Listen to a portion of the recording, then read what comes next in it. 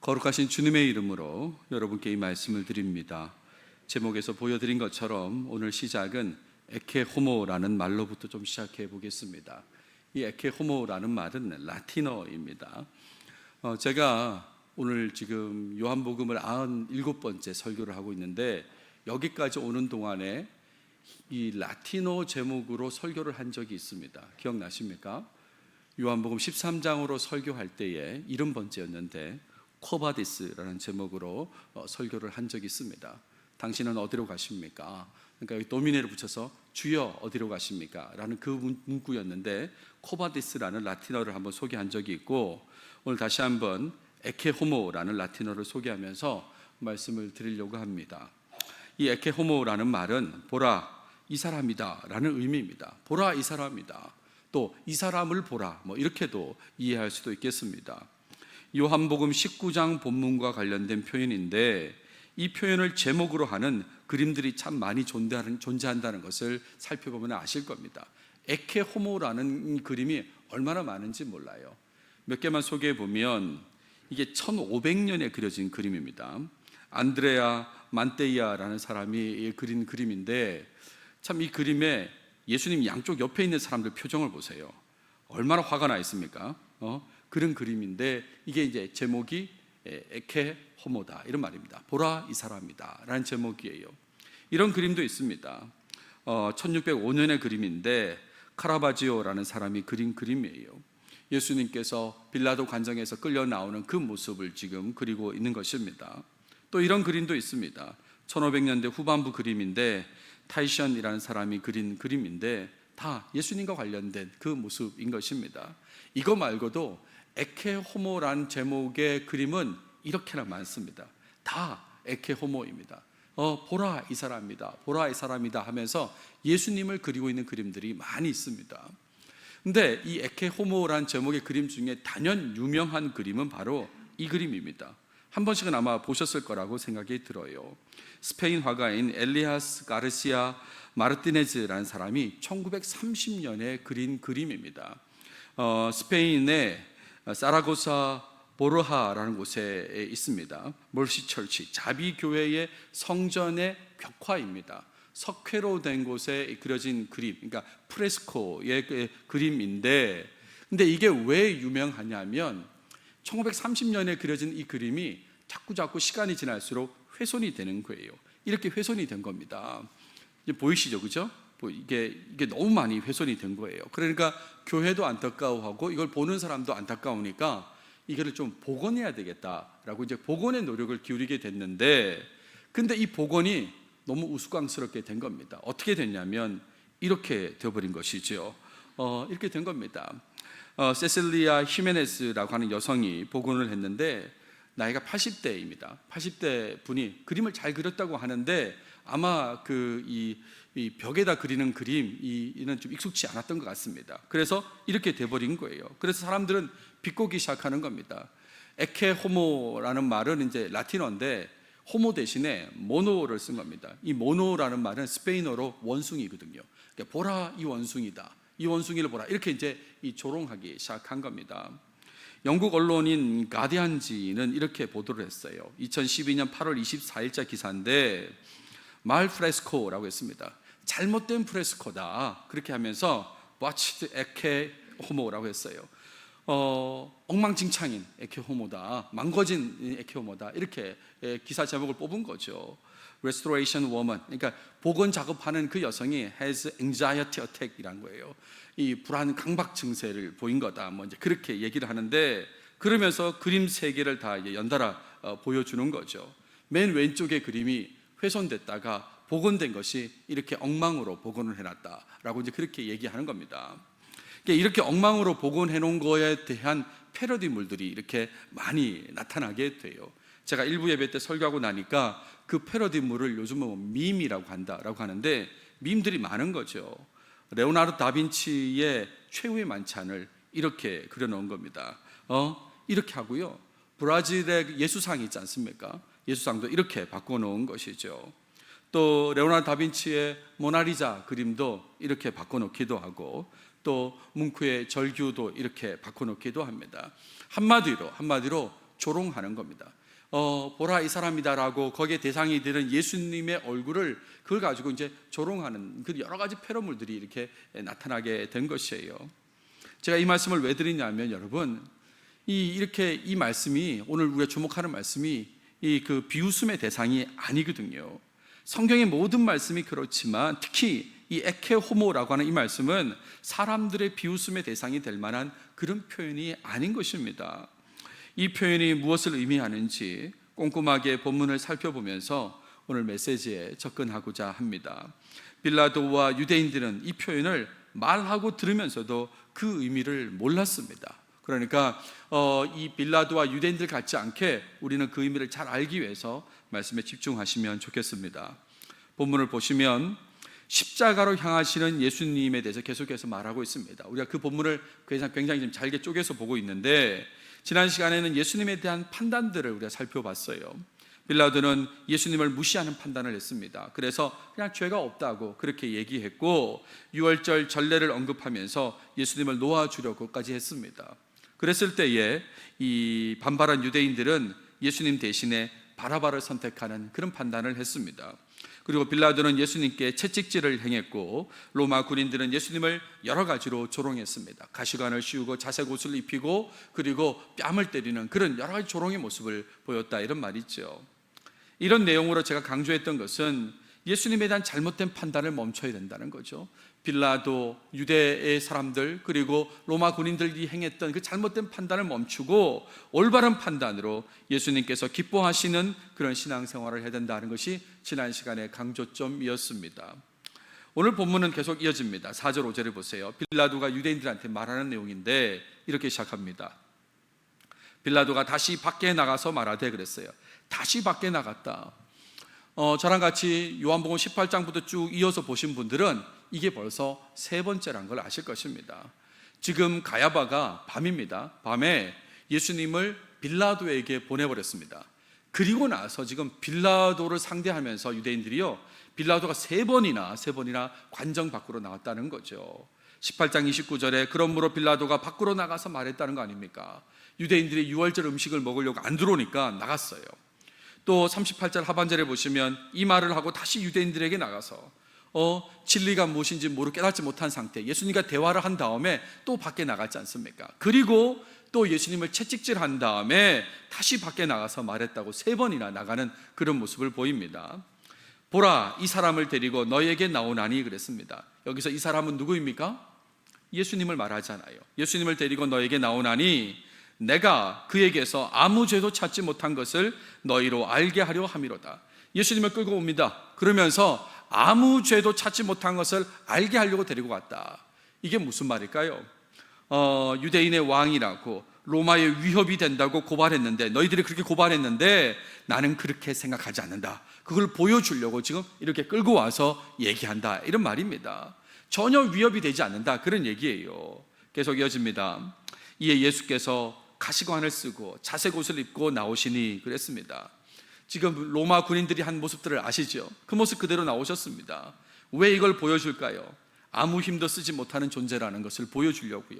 아무런 로마의 해가 되지 않는 존재라는 것을 보여주려는 그런 의도로 예수님을 끌고 와서 얘기하는 겁니다.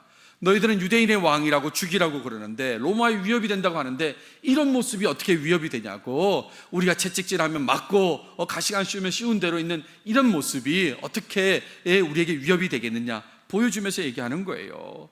빌라도가 그들에게 말하되 보라 이 사람이로다 하매, 바로 이 표현입니다. 보라 이 사람이로다. 이게 바로 에케 호모인 것입니다. 원래 여러분 신약 성경은 헬라어로 기록됐습니다. 그렇죠? 이두호 안트로포스, 이게 원래 문장인데 사람들한테는 이 헬라어 문장보다는 에케 호모가 더 유명하게 알려진 것 같습니다. 보라 이 사람이다. 지금 빌라도가 왜 이런 말을 할까요? 너희가 로마의 위협적인 인물이라고 한 사람이 바로 이 사람이다. 이런 모습이다, 이런 꼴이다 라고 얘기한다, 이런 말이에요.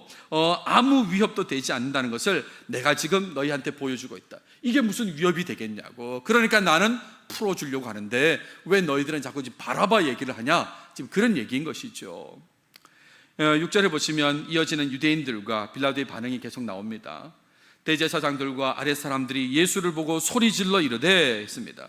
예수를 보고 소리질러 이르되, 이 말은 굉장히 분노의 감정을 표현하고 있다라고 생각하시면 됩니다. 굉장히 화가 났어요. 유대인들이 십자가에 못 박으소서, 십자가에 못 박으소서라고 반복해서 얘기합니다. 이 말은 무슨 말입니까? 로마의 위협이 되는 정치범이 맞다고 하십시오, 십자가형으로 사형하십시오 라고 지금 그렇게 압박을 가하는 그런 모양새잖아요.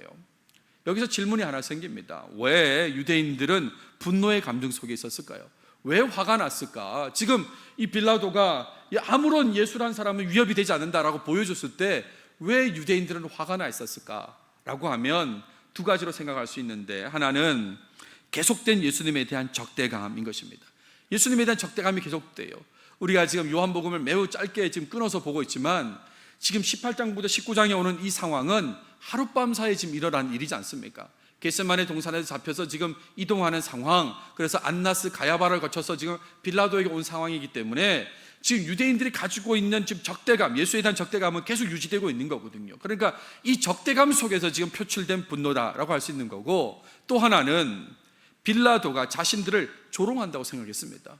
아니, 우리가 나름 판단해가지고 유대인의 왕이라고 그러면서 위협적이라고 했으면 그렇게 받아들이고 사형을 하면 되지, 이게 아니라고 그러냐고 지금 이 나름대로 좀 불만이 생긴 거예요. 자신들을 무시한다고, 조롱한다고 생각했다, 이런 말입니다. 뜻대로 되지 않으니까 좀 화를 낸 것이에요. 목표했던 예수님에 대한 십자가형을 소리치면서 지금 요구하고 있는 그런 모습이다라는 거예요. 여러분, 이렇게 되면 빌라도는 가만히 있겠습니까? 그렇지 않지요, 그죠? 빌라도도 사람인데 너희가 친히 데려다가 십자가에 못 박으라 라고 그렇게 얘기하는 것입니다. 너희 마음대로 하라는 거예요. 너희 마음대로 하라. 실상은 이렇게 할 수 없는 거잖아요. 종교적인 죄로 다스리면 돌로 치는 것밖에 할 수 없는데, 너희가 데려다가 십자가에 못 박으라, 마음대로 해라, 이렇게 그냥 얘기해버린 겁니다. 빌라도 입장에서는 재판을 부탁해놓고, 지금 밤중에 와가지고 재판을 부탁해놓고 결과를 얘기하니까 그때 결과를 무시하고, 그러니까 빌라도도 화가 난 겁니다. 분노의 감정이 나타나는 거죠. 그래서 빌라도가 얘기합니다. 나는 그에게서 죄를 찾지 못하였노라 라고 얘기합니다. 다시 얘기하는 거예요. 너희들이 유대인의 왕이라고, 로마의 위협적이라고 했는데 아니라고, 로마의 위협적이지 않다고, 너희 말이 틀렸다고 빌라도가 분명하게 얘기를 하는 겁니다. 그랬을 때의 유대인들의 반응을 보세요. 유대인들이 대답하되 우리에게 법이 있으니 그 법대로 하면 이라고 합니다. 그 법이 무슨 법입니까? 율법이지 않습니까? 율법 중에서도 정확하게 말하면 레위기 24장 16절을 언급하고 있는 겁니다. 제가 한번 읽어보겠습니다. 여호와의 이름을 모독하면 그를 반드시 죽일지니 온 회중이 돌로 그를 칠 것이니라. 거류민이든지 본토인이든지 여호와의 이름을 모독하면 그를 죽일지니라 라고 했잖아요. 신성 모독하면 죽이라고 한 그 말씀이 우리 법이 있다라고 했어요. 그러면서 그가 당연히 죽을 것은 그가 자기를 하나님의 아들이라고 했다, 이런 말입니다. 하나님과 본질적으로 동일한 존재인 하나님의 아들이라고 했다라고 그렇게 얘기했다, 이런 말이에요. 왜 이렇게 얘기했을까요? 뜻대로 되지 않으니까, 십자가형으로 좀 이어지지 않으니까 이제서야 속내를 드러내고 있는 것입니다. 원래 이 사람은 우리 법으로는 신성모독한 죄를 범한 사람이라고 지금 그렇게 얘기를 하고 있는 겁니다. 왜 이런 얘기를 할까요? 왜? 이것은 또 다른 차원에서 빌라도를 압박하기 위한 것인데, 그것은 이런 겁니다. 지역의 법이 유지되게 할 책임이 당신에게 있지 않느냐라고 하는 것으로 압박한다, 이런 말입니다. 로마 총독이라는 것은 황제를 대신해서 한 지역을 통치하는 사람이잖아요. 그러니까 당신이 황제를 대신해서 이 지역을 통치하는데 이 지역의 법을 어긴 사람이라고, 돌에 맞아 죽게 합당한 사람이라고, 그런데 왜 당신은 죄가 없다고 자꾸 그러냐고 이렇게 지금 압박하고 있는 거죠. 그런데 빌라도는 그런 압박에는 아랑곳하지 않고 어디에 꽂히냐면 하나님의 아들이라는 이 표현에 꽂히게 되는 겁니다. 그래서 8절 9절이 이어져요. 보세요. 빌라도가 이 말을 듣고 더욱 두려워하여 라고 했습니다. 일단은 이 표현은 조금 어색한 표현이에요. 왜 어색하냐면 더욱 두려워했다는 말은 앞에 두려워한 모습이 있어야 되잖아요. 그래야 더욱 두려워하지 않습니까? 근데 이전에 빌라도가 두려워한 적이 있을까요? 없을까요? 우리 본문 속에는 빌라도는 두려워한 적이 없습니다. 지금까지 그의 반응은 매우 냉소적이고 퉁명스럽고 그런 모습이 빌라도의 반응인데, 근데 갑자기 더욱 두려워했다는 거예요. 이건 조금 잘못된 번역이다라고 할 수 있겠습니다. 아무튼 빌라도는 하나님의 아들이라는 이 말을 의식하기 시작했습니다. 유대인들이 고발할 때 유대인의 왕이라고 고발했을 때는 살펴보니까 아무것도 아닌 거예요. 채찍질해도 가시관을 씌워도 아무것도 아니라고 생각했습니다. 그래서 놓아주겠다라고 했는데 갑자기 원래 이 사람은 신성모독한 사람이고 하나님의 아들이라고 했습니다 라고 하니까 정말 그런가? 라고 하는 생각 속에서 두려워하는 마음이 생겼어요. 헬라어로 이걸 더욱이라고 번역하는 건 맞긴 하지만 여기서는 더욱이라는 말보다는 매우라고 그렇게 번역하는 게 좋겠습니다. 매우 이 순간에 빌라도가 두려워하는 마음이 생겼어요. 왜 두려운 마음이 생겼을까 생각해보면 이 직전에 빌라도가 예수님한테 어떻게 했습니까? 채찍질 했지 않습니까? 그러니까 방금 전에 예수님을 채찍질한 것이 생각이 난 거예요. 그래서 하나님의 아들이라는데 내가 채찍질을 했네 라고 하는 두려운 마음이 생겼습니다. 그래서 이렇게 얘기합니다. 다시 관정에 들어가서 예수께 말하되 너는 어디로부터냐? 라고 이렇게 물었습니다. 이 말은 무슨 말이냐면 하나님으로부터 온 존재인지를 그 기원을 묻는 것이다 이런 말이에요. 하나님의 아들이라는 게 하나님으로부터 나온 존재라는 말이거든요. 본질상 동일하다 그런 말이니까 어디로부터냐? 하나님으로부터 나온 존재가 맞느냐라고 묻는 겁니다. 왜 이 질문을 했을까요? 그것은 자신의 두려움을 제거하기 위한 질문이다 라고 할 수 있는 겁니다. 자신의 두려움을 제거하기 위한 질문. 너 어디로부터 왔느냐? 하나님으로부터 왔느냐? 아니다라고 대답하는 순간 자신의 두려움은 사라지기 때문에 그것 때문에 이제 물어본 건데 예수께서 대답하여 주지 아니하시는지라 라고 했습니다. 왜 예수님께서 대답 안 하셨을까요? 빌라도 속타게 하려고 그랬습니까? 그런 거 아니죠. 이미 언급했던 나라에 대해서 진리에 대해서 이해하지 못한 모습을 보였잖아요. 빌라도는 지금 진리를 이해하지 못했습니다. 근데 그런 사람에게 몇 마디로 설명하는 것이 쉽지 않다고 판단하신 거예요. 그러니까 하나님의 아들 이 부분에 대해서 언급하지 않으셨다 이런 말입니다. 여기까지가 오늘 본문입니다. 오늘 본문을 정리하면 예수님을 두고서 드러내는 각자의 입장들이 드러나고 있습니다. 빌라도의 입장, 유대인들의 입장을 드러내는 것이 오늘 본문의 내용이에요. 빌라도는 예수님을 끌고 나왔습니다. 가시관을 쓴 채로 자색 옷을 입은 채로의 그 예수님을 끌고 나왔습니다. 왜 그랬을까요?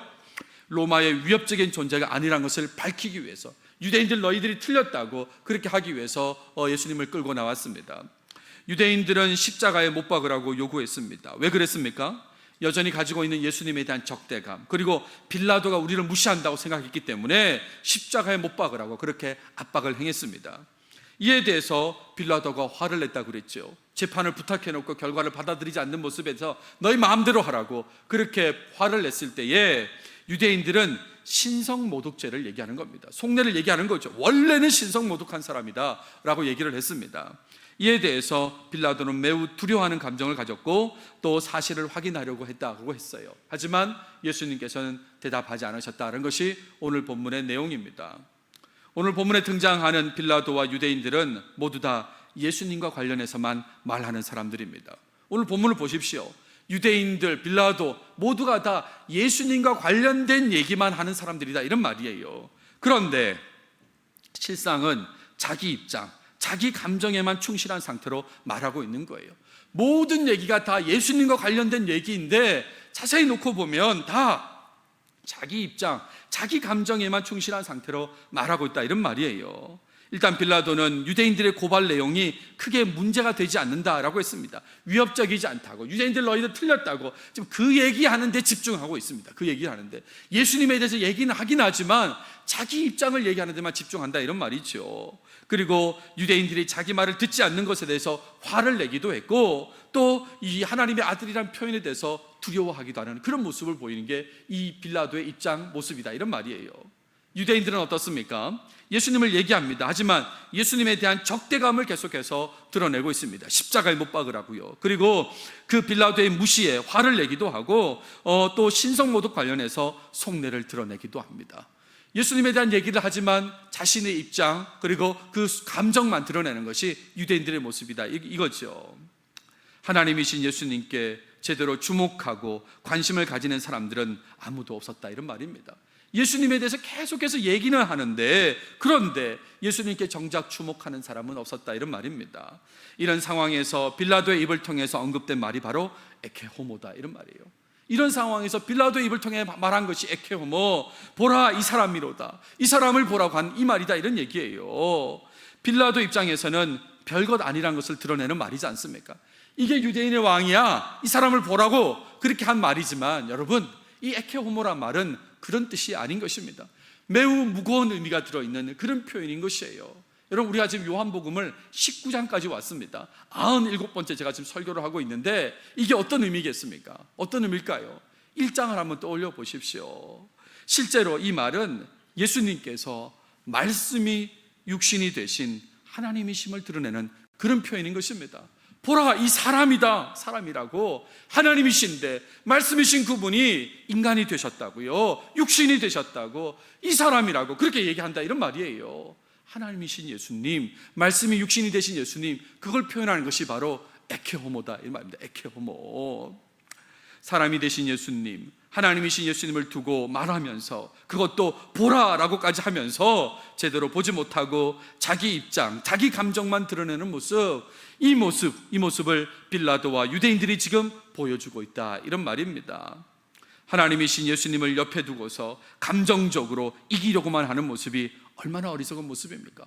하나님을 보라고 했으면, 그 하나님이신 예수님을 보라고 했으면 보면 되는데 보지는 않고 예수님에 대한 얘기를 계속하면서 자기 감정, 자기 입장만 얘기하고 상대를 이기려고 하는 그런 모습만 보이는 것이 빌라도와 유대인들의 모습이다, 이런 말이에요.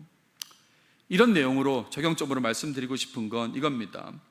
어떤 상황을 만나셔도 항상 예수님만 온전히 바라보시는 삶을 사는 여러분들이 되시기 바랍니다. 정말 예수님만 바라보시는 여러분들이 되시기 바란다, 이런 말이에요. 에케호모, 보라 이 사람이로다 하는 이 말씀을 나를 향한 말씀으로 받아들이시고 예수님만 주목해야 하는 것입니다. 보라 이 사람이로다, 이 사람을 보라 라고 했을 때 네 주님이라고 그렇게 반응해야 된다, 이런 말입니다.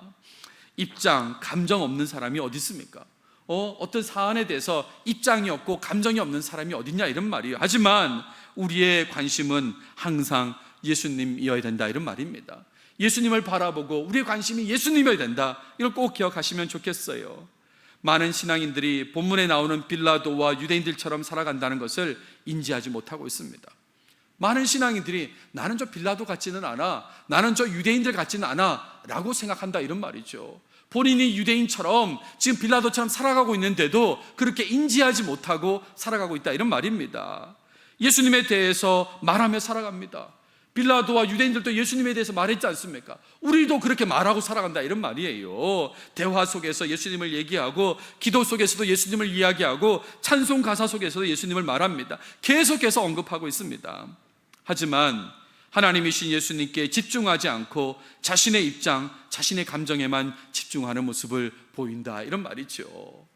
예수님을 그렇게 언급해놓고도 실상은 자기 입장, 자기 감정에만 주목하고 있다, 이런 말이에요. 이 모습이 바로 빌라도의 모습이고, 이 모습이 유대인들의 모습이라는 것을 아셔야 된다, 이런 말입니다.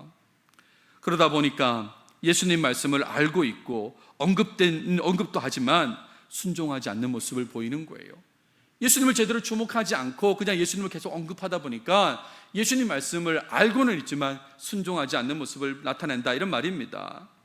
하나님이신 그분의 말씀인데 순종하지 않아도 된다고 생각하며 살아가는 것은 예수님을 주목하고 살지 않아서 그런 것이에요. 주목하지 않으니까 순종하지 않는 삶이 나타나요. 예수님만 바라보고 살면 그분의 말씀에 순종하지 않을 수가 없지 않겠습니까? 하나님이신 예수님만 바라보고 주목하며 살면 그분이 하신 말씀에 어떻게 순종하지 않을 수 있냐, 이런 말입니다.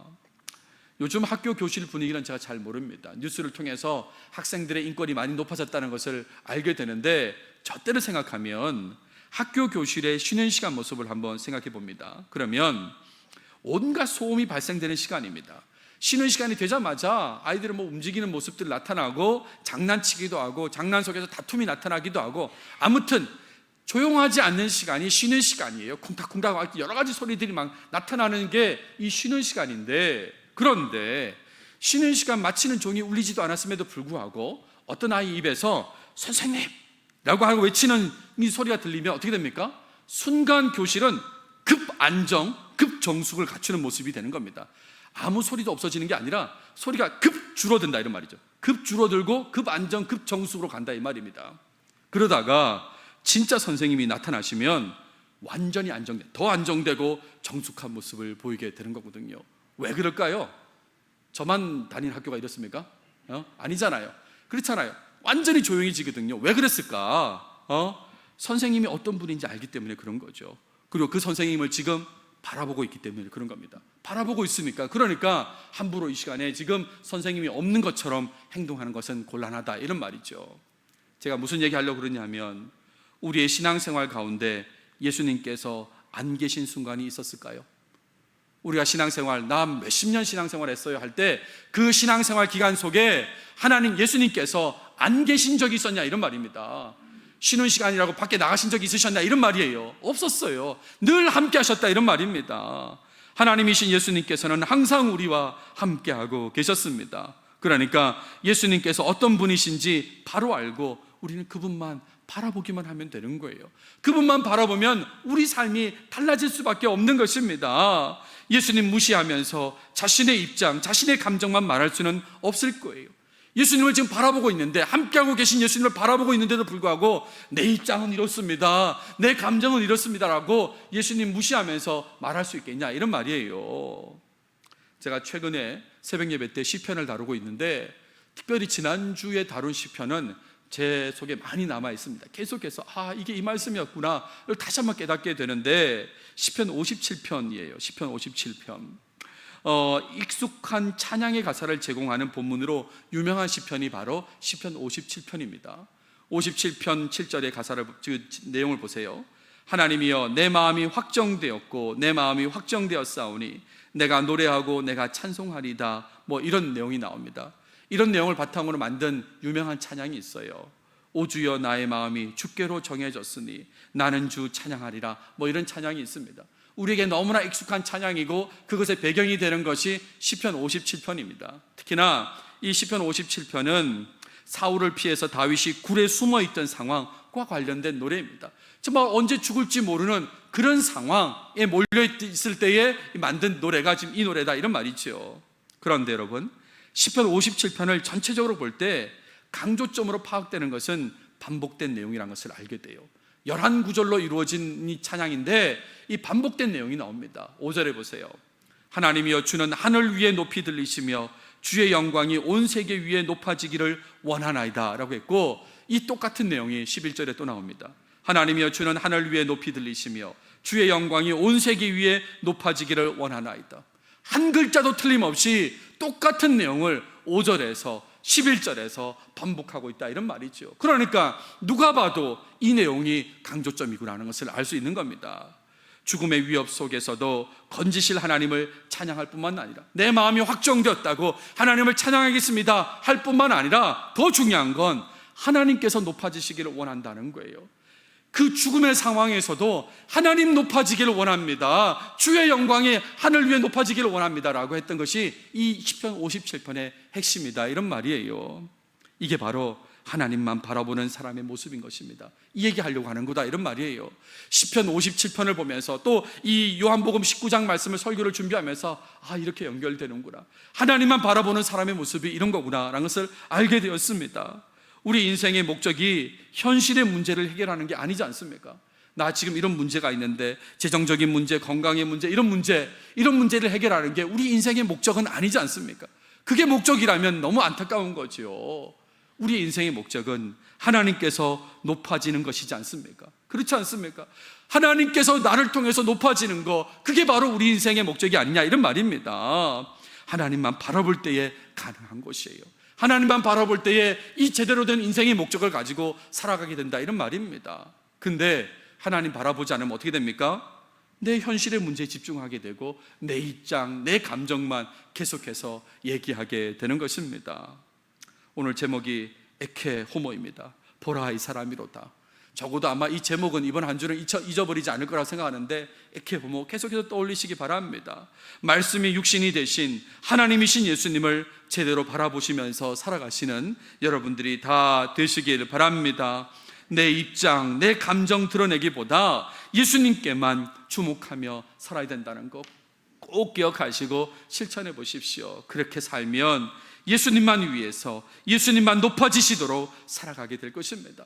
예수님만 주목하니까요, 내 입장은 없어요. 내 감정은 없어요. 그냥 주님만 바라보니까 주님만 높아지시기를 위해서 살아가게 된다, 이런 말입니다. 말씀을 마무리하겠습니다. 세상에 많은 신앙인들이 있다고 합니다. 하지만 예수님만 바라보고 사는 사람은 많지 않다는 것을 여러분도 잘 느끼실 겁니다. 예수님만 바라보고 정말 예수님께만 집중하는 사람은 많지 않은 것입니다. 그래서 여전히 자신의 입장, 자신의 감정을 드러내는 모습 때문에 다툼과 갈등이 계속해서 나타나는 거죠. 교회인데도 자기 입장, 자기 감정만 드러내다가 갈등, 다툼이 계속 나타난다, 이런 말입니다. 분노하기도 하고 짜증내기도 하고 자기 주장만 옳다고 생각하고 끝까지 관철시키려고 하는 그런 모습들이 나타나게 된다, 이런 말이지요. 왜 그렇습니까? 주님 바라보지 않고 자기 입장, 자기 감정에만 관심을 가지니까 그렇게 되는 것이지요. 부디 오늘 말씀을 아시는 분들로서 에케호모 아셨지 않습니까? 그러니까 나를 위해 십자가를 지신 그 예수님, 말씀이 육신이 되신 예수님, 하나님이신 예수님, 그 예수님만 바라보고 예수님만 위해서 살아가시는 여러분 모두가 다 되시길 바랍니다. 기도하겠습니다. 하나님 감사합니다. 오늘도 우리에게 요한복음을 통해서 말씀해 주셔서 감사합니다. 예수님만 바라봐야 됨을 알려주셨는데 정말 이 말씀에 순종하는 모습이 우리 삶에 나타나게 해 주시옵소서. 주님을 바라본다고 하면서도 실상은 빌라도와 유대인들처럼 자신의 입장에만, 자신의 감정에만 관심을 가지는 그런 모습 없게 하시고 온전히 말씀이 육신이 되신 하나님이신 예수님만 바라보게 하시고 예수님만 높아지는 것이 내 인생의 목적인 것처럼 살아가는 모두가 되도록 도와주시옵소서. 이 모든 말씀 예수님의 이름으로 기도드렸습니다. 아멘.